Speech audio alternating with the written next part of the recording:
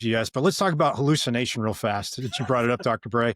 One of the big things we've learned on the show and having a vast array of guests is that perception is a controlled hallucination, that we as humans don't actually experience the world like a video camera, that we actually experience top down, inside out, that we predict things. So with that being said, Dr. Bray, can you tell us about what the latest and greatest in AI looks like as far as hallucinations? Well, so yes, and one, thanks for having me here. It's great to be here with you and Denise. And I would say, in some respects, we shouldn't be surprised that AI, much like any of the digital tools we're rolling out, influences our perceptions of trust. And I define trust as the willingness to be vulnerable to the actions of an actor we cannot directly control. That could be an AI, but it could also be an organization. It could be a person. It could be a company. And it's worth knowing that it's been shown that we humans are willing to trust an actor we cannot directly control, be it human or a machine, if we perceive benevolence, perceive competence, and we perceive integrity. Which gets to your question about hallucinations, which is, how do we perceive benevolence of any large language model or any other flavor of AI out there? Because, it may sound chipper, but it's been programmed to sound chipper. It's not actually able to demonstrate benevolence or not. And then perceived competence. Well, for several of these AI models, including generative AI, they'll tell you straight face something that looks real, but it may not actually be sourced because, at least for generative AI, it's just doing very fancy multidimensional pattern matching. And finally, integrity. I mean, we've all had experiences where we interact with the chatbot and we say that's wrong, and it says you're absolutely right, and then it proceeds to give you another answer that's wrong, and you say that's wrong still, and it flips again. So, and I don't want to just rail on generative AI, but generative AI, we have to recognize, is generative in nature. It is not truth-seeking in nature. And so we may need other approaches to AI, and I know we're going to get into some of those, that are actually more grounded in trying to explore the world around us, the environment around us, and then get to better assessments of, can I trust this? Is this more reliable information? Not. That's fantastic. I do want to dive into explaining the difference between large language models and maybe what's coming down the pike with what's called RL and deep learning and active inference AI. And before I do that, I listened to your episode with Denise not long ago. I think it was recorded in the last 2 weeks or so. But you made a connection then, and you made one today, which is it could be AI, it could be an organization that we trust in. And you referenced Team of Teams and Stan McChrystal's work. And I'm holding it in my hand, which goes back before Hoorah! Yeah, I have a copy of that too. Yeah, so this is network-centric warfare, right? This is the genesis of what we were trying to do 30 years ago. I think it was about 30 years ago. It wasn't about developing better systems like information systems, but about developing better interactions between the humans and then distributed leadership or pushing information to the edge or decision-making to the edge. So can you talk about how important understanding that is to where we may go with this new type of thinking in AI? Absolutely. And I'm really glad you asked that, because I mean, if there is one common theme to my life, it is all about trying to do everything I can to empower the edge. So in a past life, I was fortunate enough, I guess, to be selected to join what was called the Bioterrorism Preparedness Response Program. This was 2000. Long story short, we were supposed to figure out, the 30 people, we were only 30 people, what we would do if a bioterrorism event ever happened in the United States. So we did. And I was an early adopter of agile development, which, if folks aren't familiar, that came out in 2001. But I was being penalized. I was being told, why aren't you doing the 5-year enterprise architecture? Why aren't you doing the 3-year budgeting cycle? Why aren't you spelling all your requirements out front? And I said, well, because we do not have a deal with bad actors or Mother Nature not to strike until we have our IT systems online. So I was a bit of a heretic. And it was scheduled weeks in advance for me to brief the CIA and the FBI as to what we would do if a virus event happened. That briefing just happened to be scheduled for 9 o'clock on September 11th, 2001, which, of course, 8:34, as we all know, the world changed. But after seeing that, had we not done agile development, when the anthrax events happened in October and November, we would have had to do 3 million environmental samples and clinical samples by fax.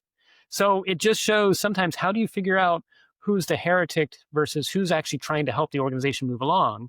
And that gets to your question about network-centric approaches, which is, I submit that the best leaders nowadays don't tell people what to do. They set the end goal. Here's the vision we're trying to achieve. Here's the boundary conditions, the ethical boundaries, the policy boundaries, whatever. And then let's explore the space, both with humans and machines. And you look at like what we were doing in Afghanistan, we were trying to be top down. We were trying to do nation state building. And I was scratching my head in 2009, 2010 going, Whiskey Tango Foxtrot, this is not a nation. It's 13 different tribes. And we really do have to empower the edge. And I think folks got it in Afghanistan. The trouble was communicating it back here in the US. You know, people still like their hierarchy and their command and control. And I get it. That's how we train. But I think in a world in which the world is changing so rapidly, whether it's human actors, machine actors, or a combination thereof, because increasingly it's going to be both, we have to have new approaches to what I won't even call it management. It's really facilitation Mhm. of how do you encourage your human actors and your machine actors to achieve those outcomes without being very explicit to X leads to Y leads to Z, because anyone who thinks they know how the world's going is probably deceiving themselves. Right. So your connection back to agile software development is fascinating. I used to work for Jeff Sutherland, the co-creator of Scrum. I spent a lot of time in that space, applying ideas from aviation, things like crew resource management, team science, mission command. What you just talked about, and the connection back to Stan McChrystal, General McChrystal's work. Understanding complex adaptive systems, wicked problems, those type of things. It sounds to me like that isn't going to change. That we're going to need more of those insights. And I think that's what Denise is doing right now with her work. And I've been following Denise for a couple of years now. She's been on the show a few times. I've been on her podcast. But I'd like to throw this to Denise and just kind of have you paint a picture on how do you walk into a room of executives and let them know what the difference is between a large language model and what we're seeing, and I'll call it the free energy principle or active inference influenced AI. How do you do that? What's that like? It's hard. Well, actually, so it's not that hard. It's just literally getting the point across that what we're talking about is not just another framework for them to be looking at, another tool for them to be considering. It is literally a complete mindset shift. We are embarking on a new era of not just AI, but technology as a whole. Our internet is evolving. And the minute I start talking like that, then it perks their ears up because they're like, what? Because I think we all understand that the impact that the change on computing had with the evolution of the World Wide Web. And then when we went into mobile and cloud computing and all of those. And really, that's what's happening right now. Like, this is a blue ocean opportunity for technology. And you have to really understand that education is one of the biggest factors in it because it's all brand new. So you need to really wrap your mind around it first and then see how can we start to, pilot projects in this space and start to really think about evolving operations into this space. But it really does start with pointing out that this is entirely new. And so you need to be receptive to what that means for technology in your organization. So the failure mode of not understanding this, a large organization, large construction company or a large oil and gas company doesn't grasp this new type of AI or this moving away from LLMs and more towards active inference. If they don't grasp it, is that detrimental to the organization? Is that, and let's talk about the DoD, Dr. Bray. If they don't get this and the Chinese understand this before we do, talk about what happens there. Yeah. Whether it's DoD, which obviously is here to help defend U.S. interests, both at home and abroad, and make sure we do that. For construction, it's interesting you say that. I was actually just earlier today, construction sees $1.6 trillion US a year wasted because we aren't treating construction and engineering efforts like as connected systems of systems. Instead, we're treating them as individual projects, and we're surprised when material shows up and they sit there for 5 or 6 weeks before they're finally used, or we don't have things and there's delays. And so whether DoD gets this or doesn't get this, or construction doesn't get this or not, we're going to see a whole lot of waste. DoD's instances, that waste could actually lead to being able to actually continue to have free societies, not just the US, but other free societies around the world. Because as much as I understand why the People's Republic of China, with their 1.3 billion people, prefers to say it's about the collective versus the individual and freedoms are secondary as long as we have stability, I am biased because I was born in the United States and I actually value freedoms. And so I think what we need to think about here is how do we roll out AI?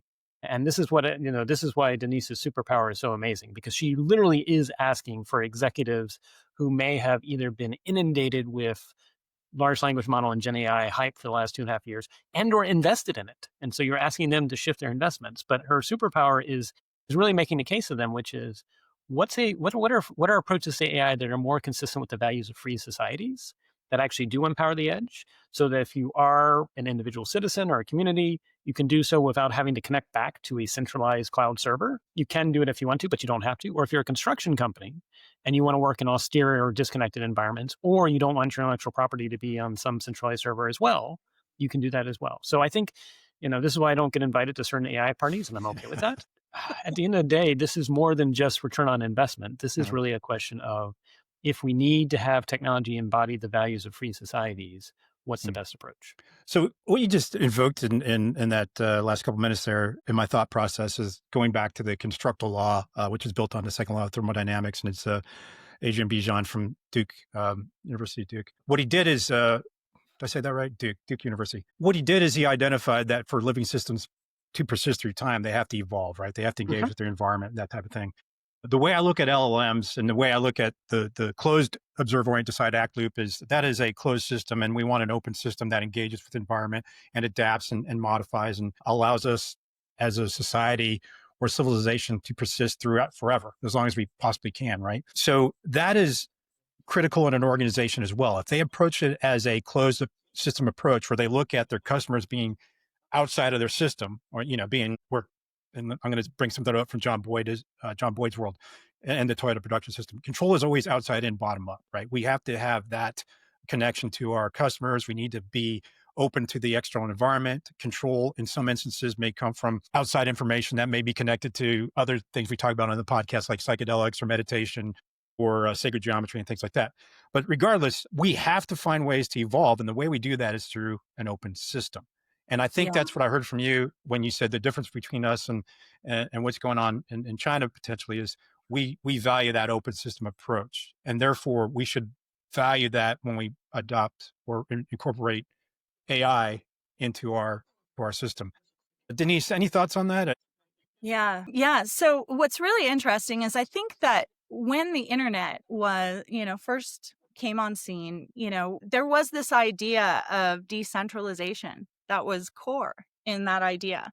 But as it evolved and all of these, big tech companies kind of rose from the, innovation potential within this network, these business models became very centralized, right? And so I think that that's why these centralized approaches to AI have been kind of the first things that we've seen come out of all of this technology, because it matches that business model.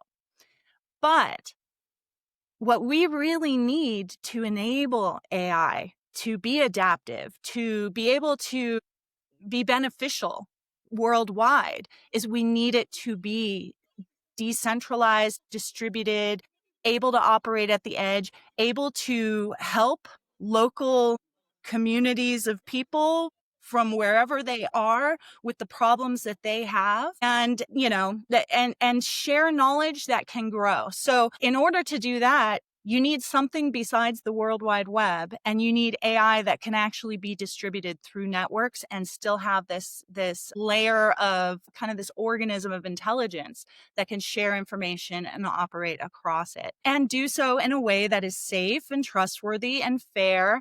And so in order to do that, it has to mimic the way human intelligence works. And so we're not going to get that from current AI. It has to be something entirely different that actually does work with mechanisms that mirror biological intelligence, which is what active inference does. And then the spatial web protocol, this new protocol layer that has now been ratified by the IEEE as the third foundational layer, layering on top of HTTP and HTML, HSTP, Hyperspace Transaction Protocol, and Hyperspace Modeling Language. That now enables this universal domain graph and this shared context substrate that will give shared meaning to agents who are working within that network. So that's hugely critical to this entire framework and kind of infrastructure layer that we're evolving into for these systems. So thinking about complex adaptive systems, we have agents and the interaction between the agents. I've learned over the years that it's not the quality of the agent, but it's the quality of the interactions that matters. So if you think about teams and teamwork, we want those interactions to be high quality. That will allow a team of, group of experts who are called a team. When they compete against a group of a team of non-experts, that team of non-experts could actually win because of the quality of interactions. And we've seen this in operating rooms. We've seen this in many places. We've seen it in sports. So if I'm hearing you correctly, the spatial web is focuses on those interactions, right? Mhm. Okay, and then I want to clear up a few things about agents because people talk about agents all the time. What do we mean by agents? Are human agents? Is Rosie the robot, the MB500 that she was? Is she an agent? Can we dive a little bit more into that? So maybe, yeah, I'll jump on. Obviously, there's a whole lot of marketing right now around what folks are calling agentic AI, which I feel is better, probably more called agentish AI as opposed to agentic. Agents have been around for at least the idea of agents. And actually, I'm going to give a call out to an individual by the name of James G. March, who back in the 1980s at Stanford did a wonderful look at what he called exploration versus exploitation. And he was trying to figure out in human organizations, this was humans, not even any technology nodes, when do human organizations thrive in changing environments and when do they fail? And this gets to the question you were asking about. We've got to have some openness. We've got to have, I often define civilization as the willingness to not kill the new idea or the newcomer, at least automatically. So what he did was exploration was defined as seeking new beliefs, new insights about the actual true state of reality. Exploitation was doubling down on things you thought you already knew. For example, now is a good time to buy real estate. Now is a bad time to sell gold, whatever it is. And what he showed is organizations that only did exploitation, so they only doubled down on what they knew, which is kind of like large language models and generative AI, if the environment was changing, would fall behind. And yes, you can do RAGs. There's ways you can update, generative AI, but technology or human beliefs can become a source of ossification for any organization. Now, what he also showed, though, is if all you did was exploration, if you're continuously exploring your space, you never get a chance to capitalize on the things you think are true. And so we can think of examples like Xerox PARC, where there was lots of great R&D, but it wasn't Xerox PARC that actually capitalized on it. It was Apple and Microsoft and others. And so what he argued was you needed to do a combination of exploration and exploitation. And on top of it, you needed to have a little bit of turnover in your agents. And the agents he was referring to back in the 80s were people. That a little bit of turnover is actually a good thing. Too much gets detrimental, and we can all think of examples where organizations have too much churn.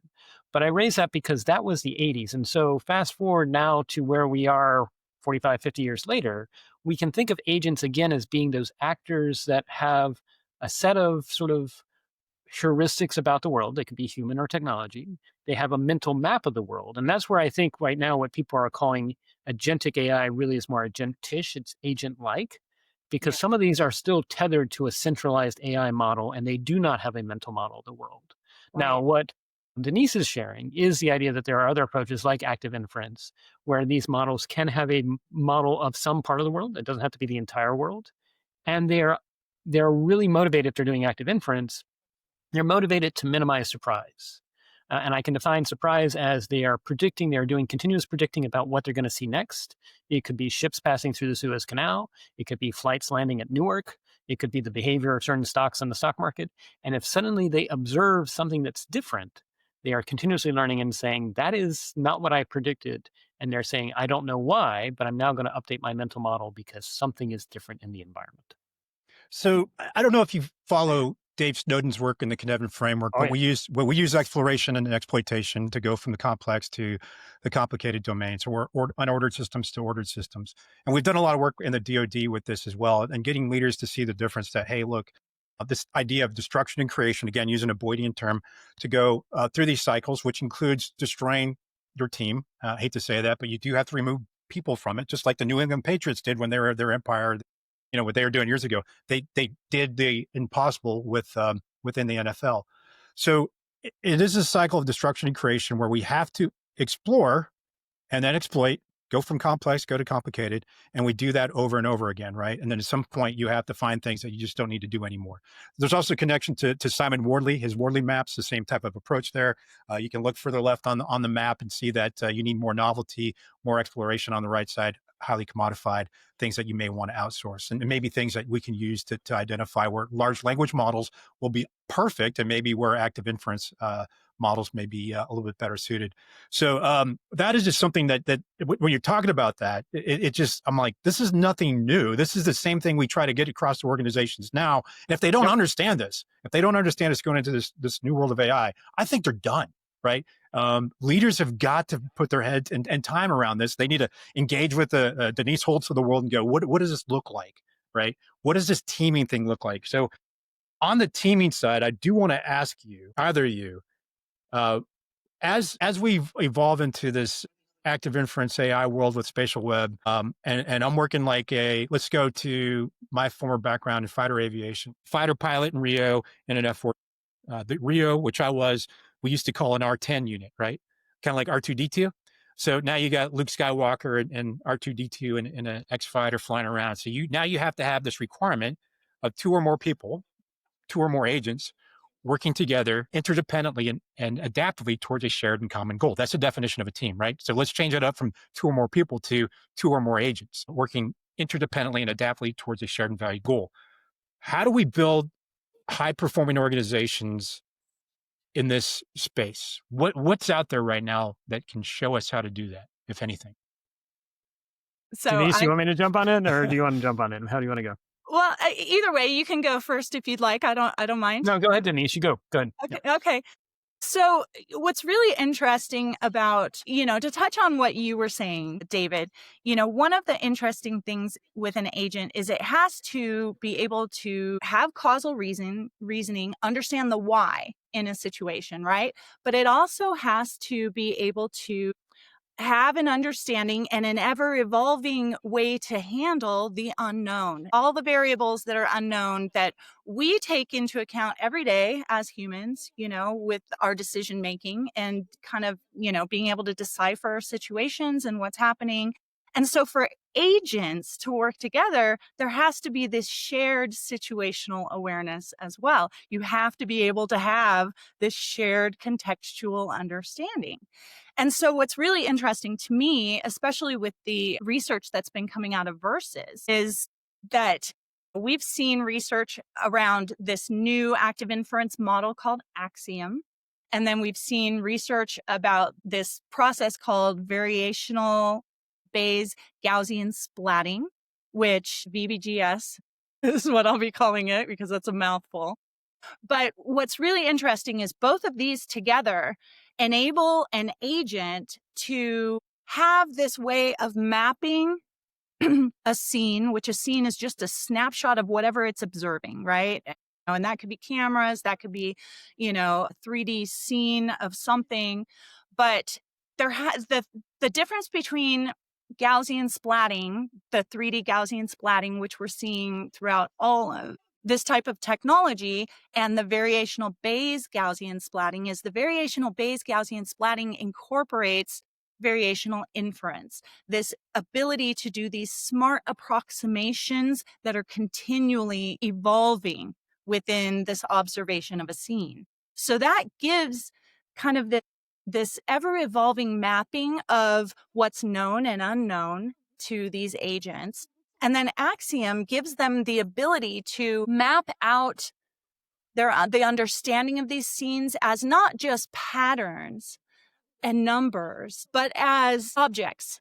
And then being able to categorize these objects into buckets, if you will, of understanding. And then also being able to assign motion patterns and understanding of motion patterns about these objects. And then also being able to have this aspect of it of what might happen next with it, right? So the way these agents then can now explore their understanding of a scene or an environment or, any bit of data is to be able to then start trying to achieve an objective, but also trying to act on it to gather more information to improve its understanding, to make the scene more clear in all aspects, right?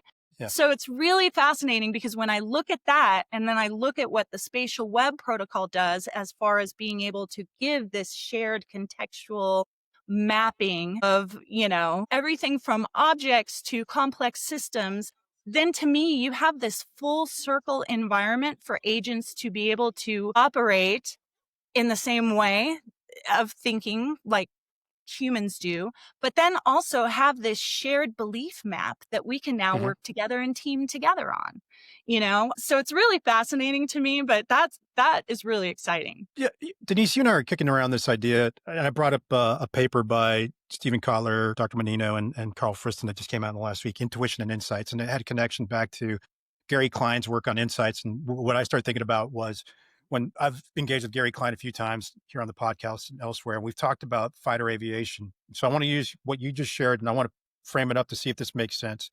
So in fighter aviation years ago, doing an intercept was challenging for a subject matter expert to explain to a non-subject matter expert.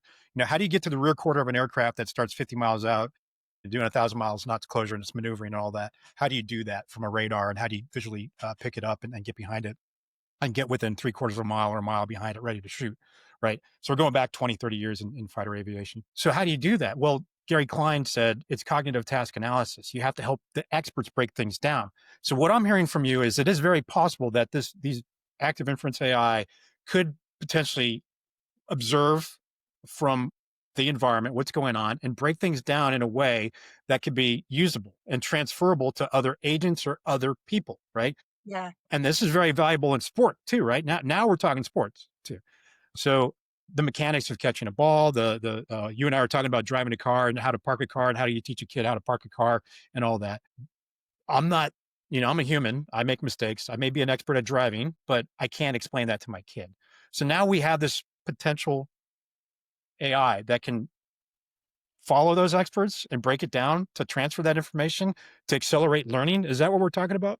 And build ever-evolving models of understanding, right? That's critical, and you'll never have that with deep learning with these. So the applications, they're not adaptable. Yeah. So it's not to replace the human. You can moment. actually use this to accelerate the learning. So in our world, the debriefing. So let's go take this knowledge, this is data that we just collected from this event, just like a retrospective in Agile, right? If you have the hard data, what happened, not how or why, just what, you can actually build better future performance. And this goes for any type of organization, right? And that's kind of what I'm thinking here. Dr. Bray, if you're applying this logic into the DoD, and you look at, just the proliferation of drones and the application of unmanned wingmen and all that, this has major implications for how we train in the military. Does that sound right? It does. So maybe if I could, because I think I really liked where Denise went. I want to go maybe and see the entire forest for the trees, maybe, and sort of unpack this a little. So the first I would say is, as you said, these are, whether it's network-centric, collective intelligence, these were conversations that were present in the mid-2000s. And the question is, what happened? Where did those conversations go? Well, one, we didn't have the compute capabilities that we do now. And we didn't have the ability to run some of these algorithms. But then two, I think during the 2010s, we sort of forgot this network-centric, human machine learning together approaches because people started doubling down. We started seeing returns on machine learning. And machine learning got exciting, and DARPA was doing things like that, and then of course we have ChatGPT and everything like that. So that conversation kind of got hijacked, and it's now being rediscovered because while generative AI can do some really impressive things, even the non-generative ones like predictive AI can do really impressive things. They're very compute intensive, and they don't really give us the large volume of exploring. I tell people that I think probably the future of AI that's helping humans is not a single platform to rule them all. It's millions, if not billions, of individual agents that will be actually scoped. Some are working for you, some are working for someone else, some are working for organizations, some we're sharing. And that's where the spatial web protocol becomes so important, so I can define what I want to happen and not to happen in my house and do so pre-compute versus post-compute. Now, the second thing I would say, though, is let's think about what happened when the Challenger exploded. There's a famous case study, I won't give too much away, called Carter racing, which is used for executives in different business school settings where they're asked to make the decision whether they want to race or not. They're given certain data, they're given the temperatures at which things happen, and they're given a choice. Do you race or not? Pointing out that you're operating at a temperature that's colder than you've done before. And usually when you assign this to groups of 9 or 10 MBAs or whatever, there's some deliberation. Maybe 1 or 2 out of the 10 people on the team will say, wait, we really haven't seen that before. Is this really worth it? It's risky. Our engine might explode. But the other 8 say, no. Let's go with what we got. We're going to win this. And then you do the big reveal after you go around and every team says they're going to race. You say, this is the same exact decision that NASA had to make that it got people killed. And so again, it's recognizing that sometimes the values of teams is when the majority thought process isn't allowed to dominate a data-driven conversation. Mm-hmm. And that's where this gets interesting with agents, because what we need to do is have agents that are not just doing multidimensional fitting to data it's previously seen. Because if we do that, then I guarantee you we're going to have Challenger-like disasters happening metaphorically as well as possibly real. What we want to do is allow the novel agents to say, look, I know this is different. I know this is not the current perceived insights that are present amongst either the AI agents or the human agents, but I'm going to bring this additional data. I'm going to bring this additional stuff and actually percolate so that you don't suppress the minority viewpoint in such decisions and have quote unquote groupthink, whether it's groupthink with humans or groupthink with agents, including AI agents. And so what this really points to is we've got to blow up how we teach MBAs. We got to blow up how we teach Masters of Public Administration, because again, the reality was actually, it's worth knowing, MBA was only meant to be something you got after you already had a degree in engineering. Once you had a degree in engineering, MBA was supposed to give you the soft skills, but nowadays we have people going straight to MBAs and not doing the statistical skills. So I think we got to blow up how we just teach people in general.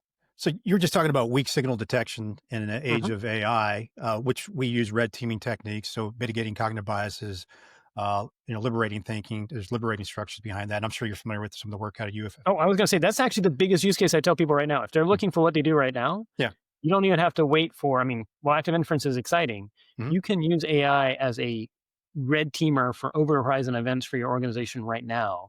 Doesn't mean it'll be right, but combining that with your human experts is immense value. And actually, you're getting to the Honorable Ellen McCarthy and I are actually going to be presenting a paper at a National Intelligence University event, positing that's exactly what we need to do at the cell level for everything that's happening across the IC. 100%. I saw some papers, or so it may have been you talking about red teaming and AI or somebody else, but the idea is solid. And by the way, Carter Racing, we've used that in the past. I was very familiar with that for that reason. So weak signal detection, and just to clarify, inattentional blindness, we only see what we expect to see. Humans have biases, and there's plenty written on this. And we demonstrate for folks in workshops that, hey, we're going to show you something. It could be the gorilla walking across the stage. I was going to say, that one, right? Or there's other ones that are out there. And of course, there's other things that you get from Anil Seth and others that keep getting populated in different books. But you show this that people can't see what's right in front of them. And now you get groupthink and you get a psychological safety, and you got 17% or 20% of the population saying, I see this, but 80% disagree. There's like, no, we didn't see it.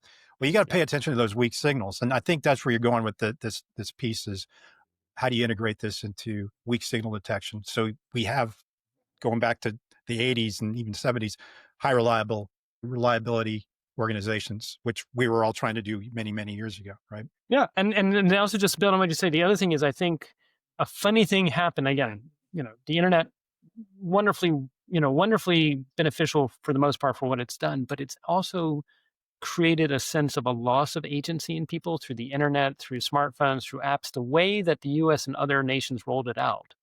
There is a large majority of people that feel like they've lost any agency or choice in how information about them is used or how information is delivered to them.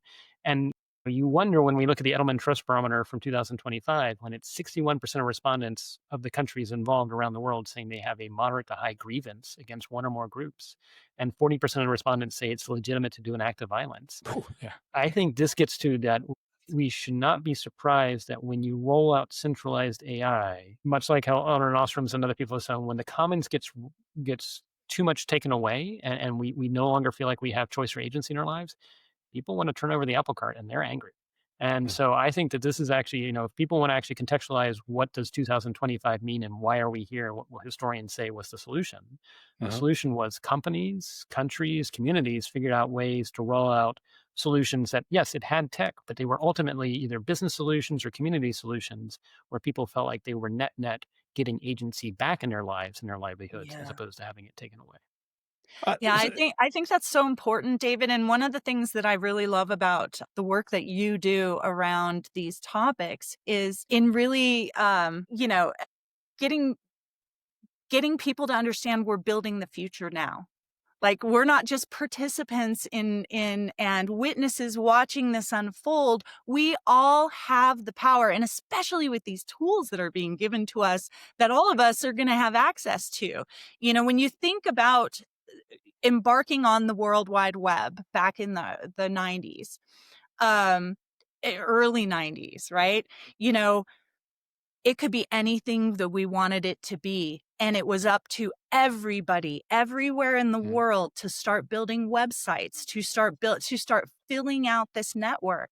And now that same thing is happening, just with bigger tools and more powerful tools. And I think it's important that we all really understand that it's up to all of us to shape this future how we want it to be. And that's what I love about you, is because you are constantly hammering that point home to people.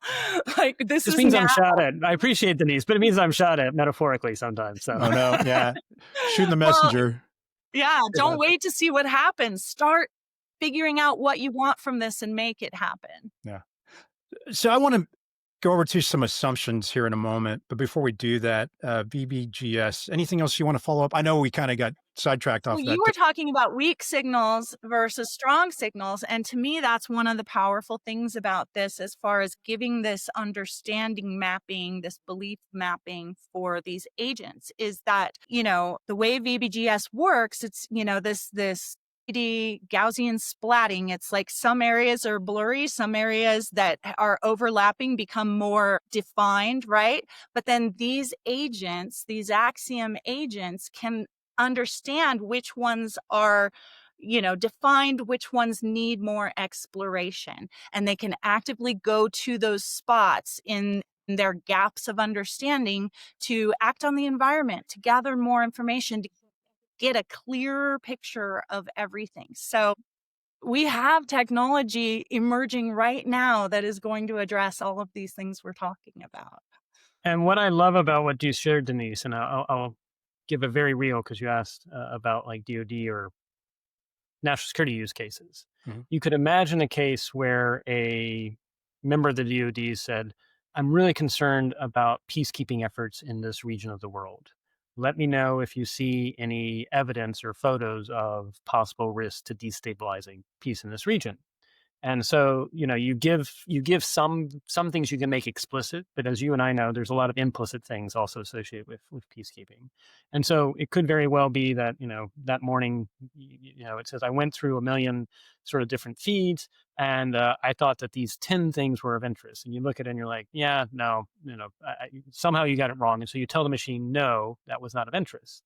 Now, one, the machine's going to be learning. And so you're actually making implicit knowledge now codified for the machine in a way that's useful, much like if you were teaching an intern or you were teaching a younger hire. But then also the machine may come back and say, hey, look, I know you said this article wasn't of interest, but if you read this one little paragraph right here, you might see that it looks like, I don't know, small arms are being trafficked again or something like that. And you might say, oh, okay. And so you've actually had a back and forth between the human actor and the machine actor. And the machine actor said, I know you said it wasn't important, but what if I raise this? And again, it could be a yes or no.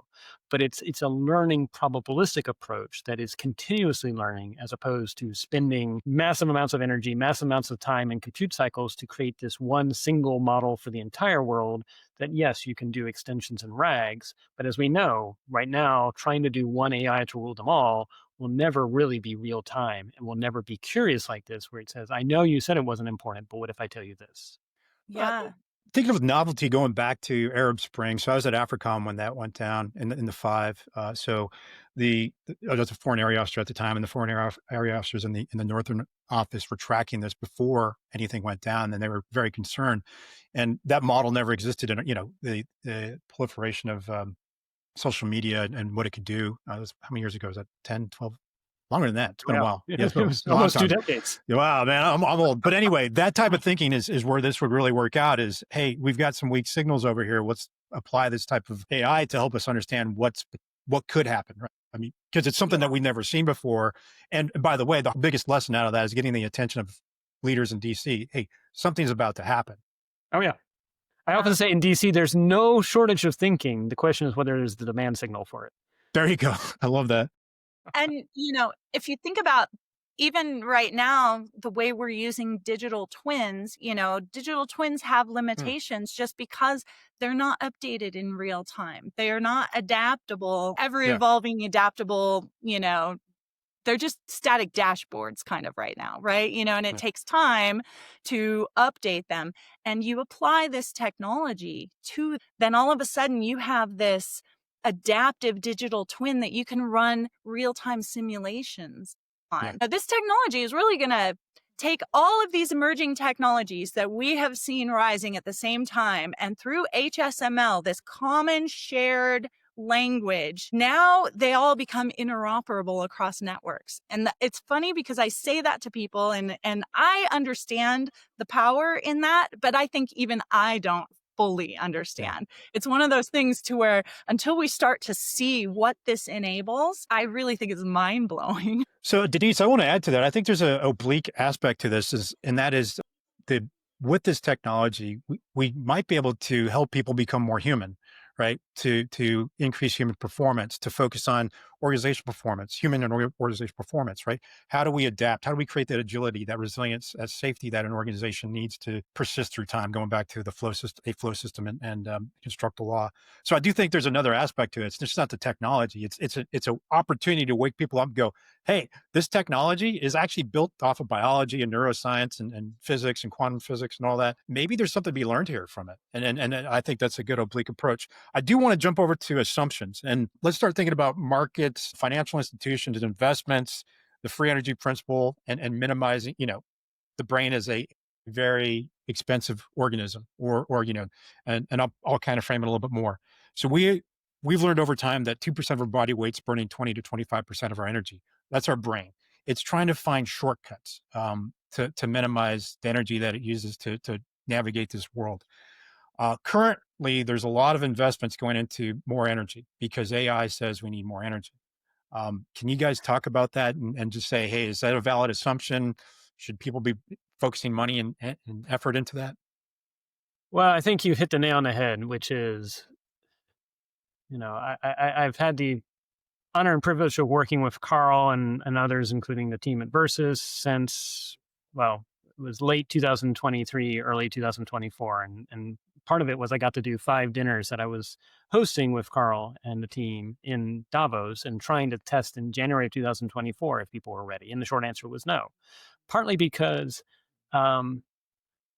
there is the belief, as Denise referenced, that if we treat AI like we've treated cloud, there are some massive stock valuations that will occur if you can have that service. Now, that's doubling down on an approach that we know is incredibly energy intensive. And yes, while the brain is energy hungry, there's also the research that shows we're only using between 15 and 20 watts of power. And again, we can handle novelty. And I think that's going to be where, again, I'm not saying generative. Hopefully, folks find more energy effective approaches to generative AI. I don't think it's going to be completely tossed to the wayside.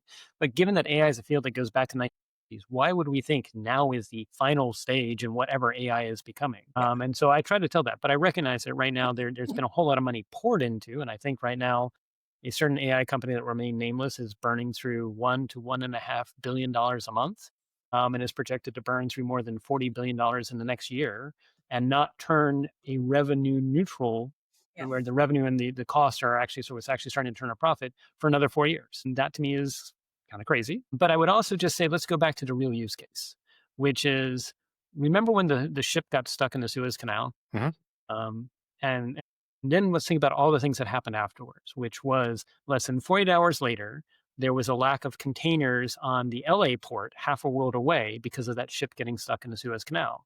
And then immediately there was also a spike in metals future markets because now people had to build more containers. And so the price of metal was going up. And then for the next 9 to 12 months, you could get plenty of expensive items like Rolls Royces and BMWs shipped to the United States, but you couldn't get quart-sized cans of paint because the margins on that was too small. Mm-hmm. I guarantee you that at the time, no single human analyst, let alone deep learning approach to AI, could have made sense of all those different percolations. But again, if we have millions of smaller agents, each locally optimizing, one's just making sense of the Suez Canal, another one's making sense of what's happening as it goes trans-Pacific, another one's tracking the future energy markets and the metal markets and things like that, that those different agents would say, something has changed that has changed my environment. Does it possibly impact yours? And that's when you start to see these interesting chains. And so in a world that's now 8.2 billion human beings, give or take, mm-hmm. and more than 50 billion network devices, I think we've got to do better approaches that are, again, more distributed and more complex adaptive systems like. Yeah. But the barrier is going to be, most people aren't taught complex adaptive systems. So, no. Denise, you got your work cut out for you. Yeah, you do. So you just described a flow system. You just said, hey, what we need to do is increase the flow of information. So if you take AI out of that conversation and you go, how would that work? Well, it's still an information problem, right? It's still a flow problem.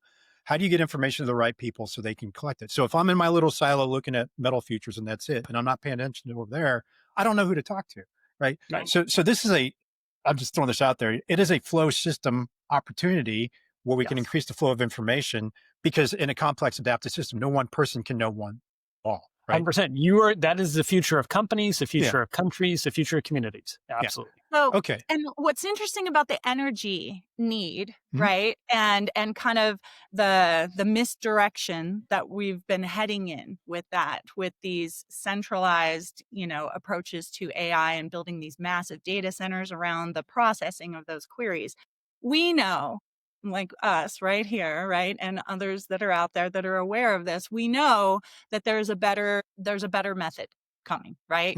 We see it as this active inference approach, this distributed intelligence approach across networks. And so that's an energy efficient way of computing. It pushes the processing requirements to the edge. And these agents can process on normal devices like your laptop or, phone, devices or robots and IoT sensors and different things like that. So it distributes that processing need throughout the network rather than needing it in this big, super powered, data center that's going to process it all. But what's interesting about the spatial web protocol and the fact that all these emerging technologies now are going to be able to become interoperable across networks, there still will be a need for these faster chips and this ability to process, because we're literally laying the foundation for this AR experience that we've all kind of assumed is coming with technology and we've imagined, but the framework wasn't there. And this is the framework for that. So there's going to be a lot of compute happening in this, 3D rendering of these AR experiences that are like mapping over our own life experiences. And like you're talking about the interconnecting of all of this data. But I see things like photonic chips that are rising up. And, they're able to be a super energy efficient way for massive compute. And those kinds of things can be at the edge. So I do see that we're going to shift the way we're looking at it. And it's all going to come down to energy efficient ways to do this. But the path that AI has been heading in, it's not going to serve the purpose we need, We talk about adjacent possibles on this show from time to time, and it's basically a hockey stick in acceleration and novelty and new use of things. John Boyd called it snowmobile. So making new, something new today allows us to make something new tomorrow, and so on and so forth. So it's exponential growth. Are we about to experience that in a way that we are experiencing? And I think so. In a past life, after I got back from Afghanistan, so I ended up in Afghanistan, by the way, because remember, they kept Secretary of Defense Gates on from President Bush 43 to President Obama, and they wanted a nonpartisan to jointly report to the SecDef's office as well as the executive office of the president, which meant you were going to make someone upset. And so I took that role. But when I got back, the next thing that was happening, this was late 2009, was remember the financial crash was happening and it was having some, and so I got asked to do a nonpartisan report on the future of work in the United States. And like all things, you only have 5 days to answer it scientifically. So I did, and came back and said that by 2020, 2025, there were going to be at least 5 simultaneous hockey sticks, as you mentioned, the exponential curve occurring. One was going to be AI, but quantum was going to be another, bio, space, and the Internet of Things. And we're living that.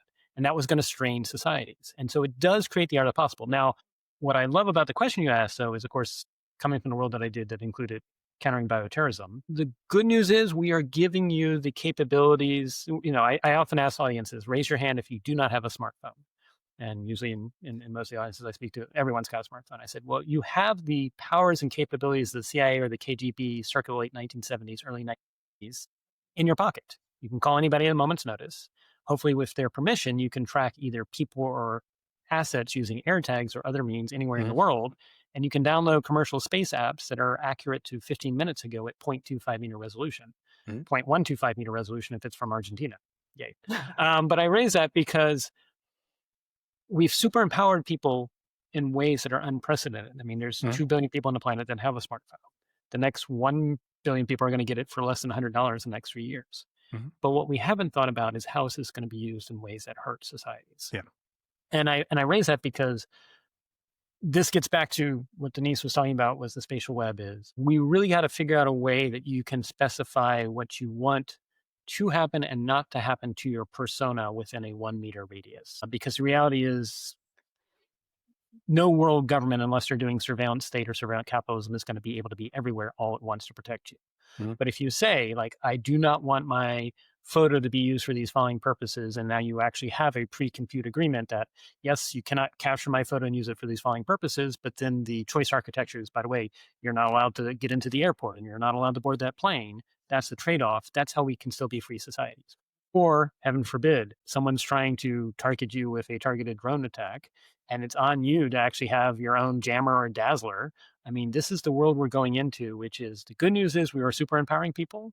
The bad news is we're super empower people. Now, we've been here before. I know this terrifies people, but I say about, 800, 700 years ago, the advances in technologies, the simultaneous technology advances allowed people to live and die in different cities from where they were born. And so as a result, how did you know that that lawyer or that doctor or that academic who claimed they had the skills and expertise and knowledge really did? And if they were treating you as a doctor or you're serving as your counsel as a lawyer, that they had your best interests in mind. And the solution actually wasn't a technological solution. It was just basically professional societies required you to demonstrate knowledge of and experience in a field, but to also take an ethical code of conduct such that if any time like something goes wrong with a patient, other doctors would review the scenario and say, you know what, you did your best, but that was just a bad case, or nope, you screwed it up and you were wrong, or you were just being greedy. And I think we're going to need to do the same thing when it comes to AI, tech, and data, which is we right now do not have an ethical AI pledge, which is mind-boggling to me, in a way that you can stand up. So much like how certified public accountants, if heaven forbid someone in a company says, cook the books, the CPA says, no, no, no, I'm not allowed to do that. And so we're going to need to do the same thing in a distributed fashion involving technologies, because you're right, we have multiple hockey sticks happening, and this will do a lot of good for the world. But we also have to figure out systems of systems to deal with the fact that there will also be new challenges and new disruptions. One of the things that's really kind of beautiful to me about the spatial web protocol is the ability to be able to, it's so nuanced as far as being able to set permissions. It enables zero knowledge proofs, right? And you can set expirations because you're not talking about just space, you're talking about time, right? And if all entities in any space become domains and nested spaces, then you can literally set permissions at any touch point, right? And as it evolves over time. So I think that a lot of these protections that you're talking about that we need, David, like being able to have this agency over our own persona out there in this new world. I think that the tools will be there and people can build these solutions within it, but we really will have the tool set that's missing right now, So are we talking about data ownership, like my photo is my photo, or is that what we're talking So about? I don't use the word ownership only because photos get complicated, because if all three of us in a photo, who owns it and was the person, but it is stakeholderism. It is that you have a choice and agency. And the best way I put it is, we all know the golden rule, or there's many different permeations around the world, which is, do unto others as they would have you do unto them. But it's taking the next step and actually incorporating, whether it's Kant's categorical imperative or other religions have other beliefs and philosophies, which is do unto others as they give their permission and consent to have done unto them. And the challenge is right now, as we are rolling out AI, without what Denise is referencing, one, there's a lot of AI models that are post-compute. So the filter is done after the AI has already done its thing. That's flawed. And there's no way for you to express it. And let's make this real for businesses. Why should businesses care? Well, if you do not have this choice and permission constraint, and they're actually pre-compute as opposed to post-compute, we know in November there was a competition where we said, the generative AI has been told, do not transfer the money. And by attempt number 490, guess what the generative AI did? It transferred the money. And so, we've got to have more binding approaches that are pre-compute that can be made clear to anybody, to my 8-year-old son, to grandpas and grandmas anywhere in the world, anyone. as to what you have given your permission and consent to, whether you're a human actor or a machine actor. Got it. Hey, I Well, want to and thank. entity moving through, as an entity that has its own digital twin aspect to Mhm. it, which is what this technology environment enables, then we will be able to kind of own the assets around all of that within our persona and our identity and our history and our own data and things like that. So, we become an entity within this space that then there's a permission gateway right there, right? Yeah. So years ago, I used to have a VHS machine in my house, right? And those tapes are no longer workable. Put it that. Yeah, they Yeah, probably lost some of their yeah. So, electrons. data preservation is critical, and how important is data preservation in this age of AI? Like going back 50, 70, Yeah, 100 you're years. channeling Vint Cerf.